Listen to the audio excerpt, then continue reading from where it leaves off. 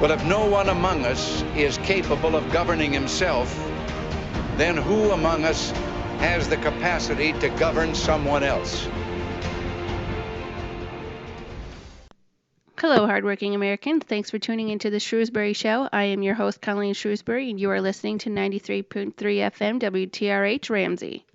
Recently, I was listening to the Mark Levin show, and he mentioned an article in the City Journal. The article is written by a man by the name of Harry Stein, but Harry Stein is talking about the famous journalist Eugene Lyons. And Eugene, if you don't know who he is, Eugene Lyons was a man who originally was a leftist sympathizer, and then when he visited the Soviet Union and saw firsthand exactly what went on there, he decided to drop his communist sympathizer ways, and he wrote a book called The Red Decade. The Red Decade talked all about the communist sympathizing that we had mostly in Hollywood, but in also all the other typical creative circles like writers, music artists, whatever kind of performing arts that you can think of. A good number of these people were very, let's just say that they were not exactly against communism. And whether or not they knew it, a lot of them were willing or unwilling dupes. Speaking of the word dupes, if you have not read the book Dupes by Paul Kangor, I highly recommend it. The full title of the book is Dupes: How America's Adversaries Have Manipulated Progressives for a Century. I read the book and I absolutely could not put it down. I devoured that book probably in about a week. The reason I'm getting after this subject right now is because Mark Levin was talking about how the left sympathizes with communism, or not that they sympathize with it, but that they engage in it, whether they know it or not. This is exactly the ideology that they have adopted, and they're trying to transform the country. We've seen it all with the cultural Marxism that goes on. What I mean by cultural Marxism is boycotts that happen because of something that happens that really displeases the left, like the abortion bill recently in Georgia that apparently angered the Hollywood stars that work there now, ironically because the taxes are too high in California and it's cheaper in Georgia, a red state, to film there. The point is, these people decided that they were going to boycott the state of Georgia. They were not going to work there and bring the money that they do into the state unless the Georgia governor did not sign the pro-life bill that he did. They wanted to shut down Chick-fil-A because the owner of Chick-fil-A is Christian and doesn't agree with gay marriage. The same thing happened with Hobby Lobby and the former president of Mozilla.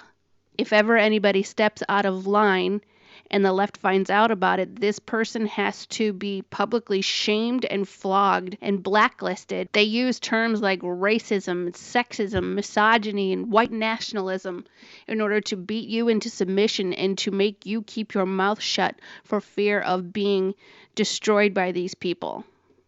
The Hollywood culture is absolutely the perfect example of this. We have all seen it. There are so many conservatives in Hollywood that just keep their mouths shut because they are afraid that they are not going to be able to get any other gigs or roles or what have you, because in Hollywood, it is fashionable to hate Donald Trump, to hate America, to tell everybody in Middle America, or as we like to call it, Flyover Nation, to tell them that they're racist, that they're sexist, that they're homophobic, and to tell us through their movies and their music and whatever else it is that they produce, in order for people to remain relevant. They have to trash the president, they have to trash America, and they have to be outraged at every little thing. The perfect example of this is someone like Kathy Griffin.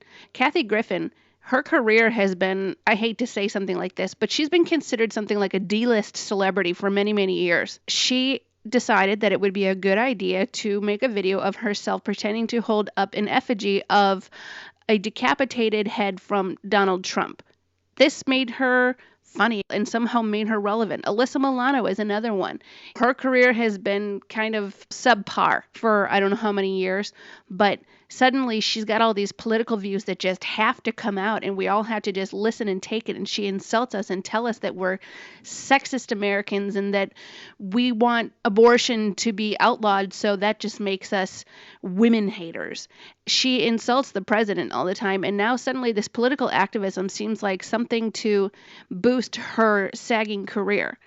People who are conservative keep their mouth shut. Now, I do admire James Woods for being as vocal as he is about his political views.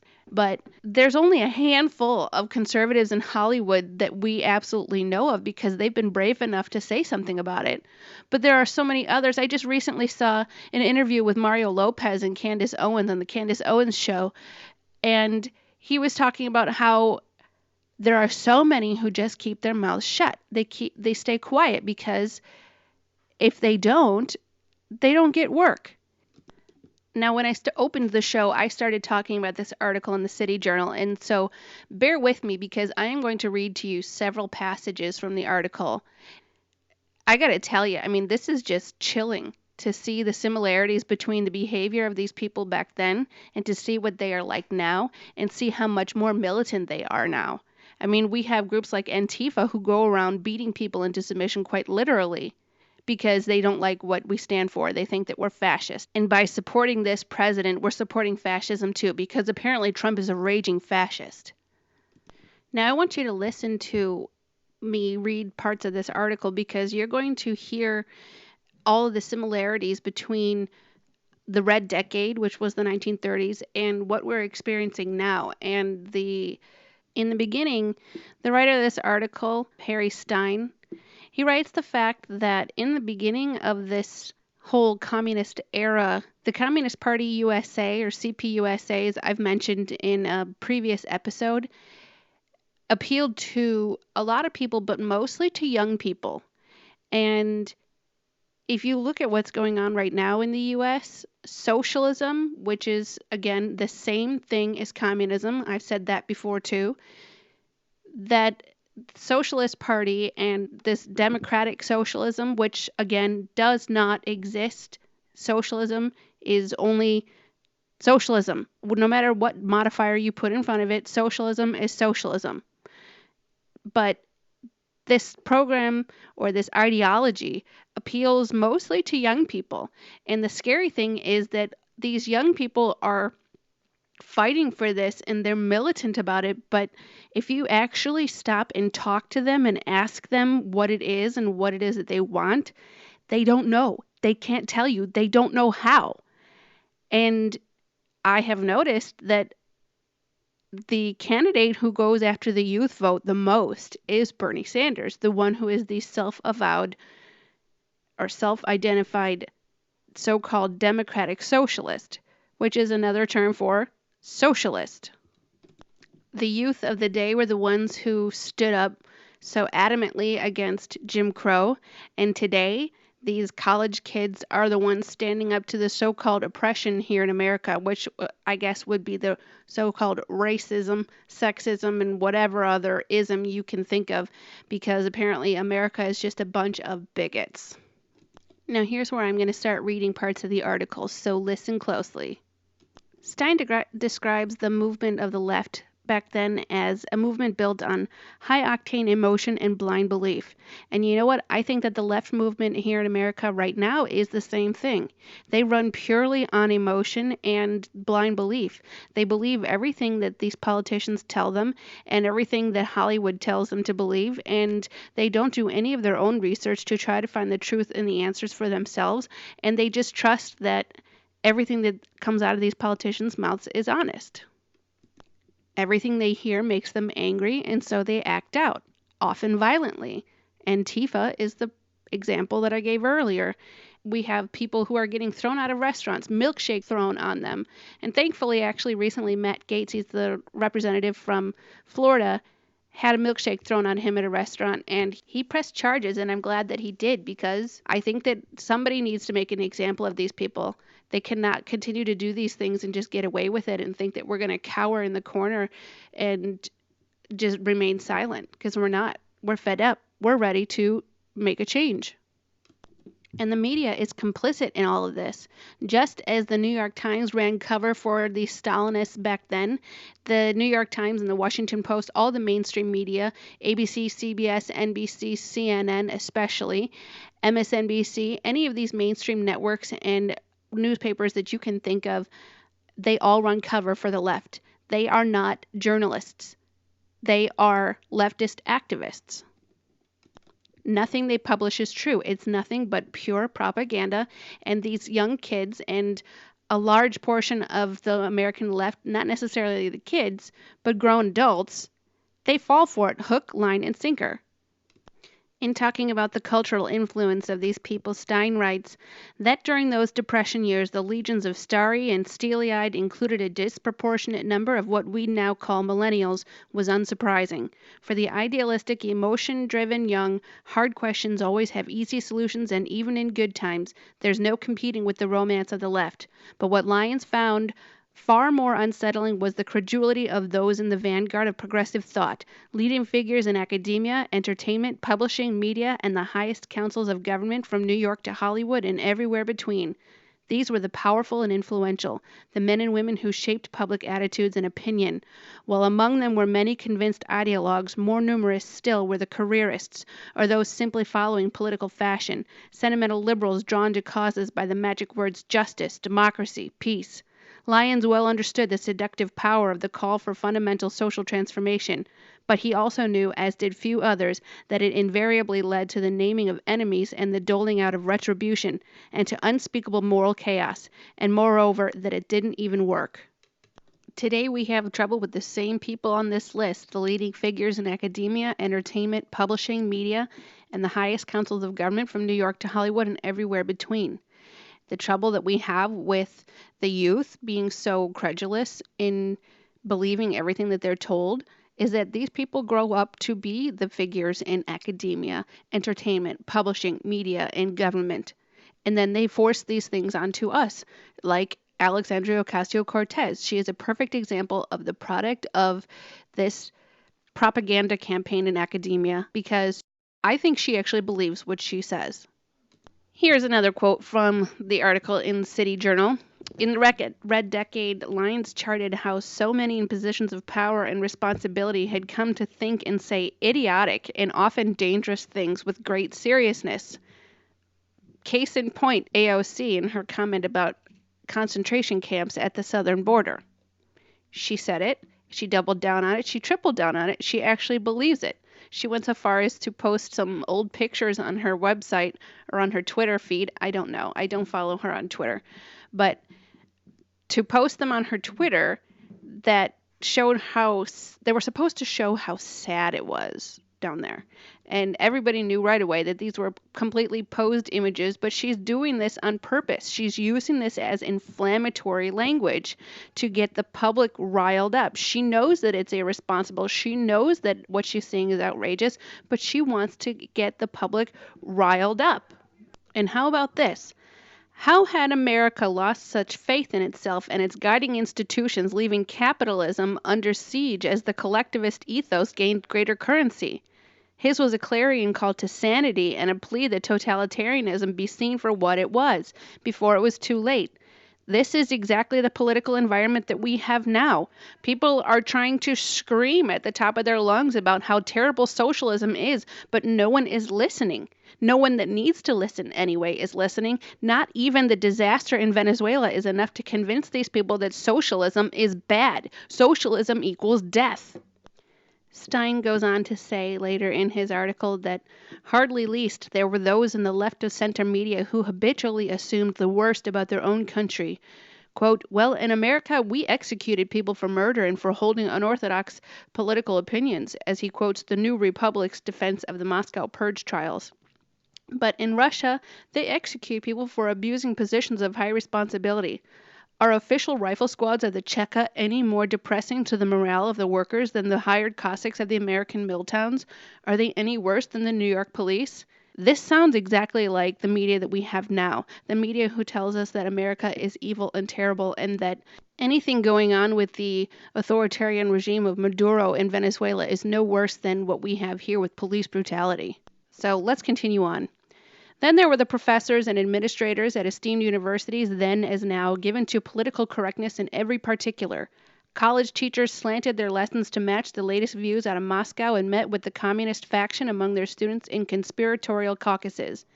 Much as he faults young people for their susceptibility to socialism's appeal, Lyons faults even more the grown-ups, observing that views of the young are always crudely colored by undefined emotional urges, which leaves them perfect raw stuff for demagogic molding.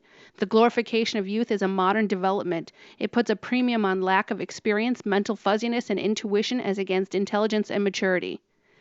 And this is exactly what the socialists in the U.S. do now. I mean, I don't know how many decades the Democrat Party has been targeting college campuses.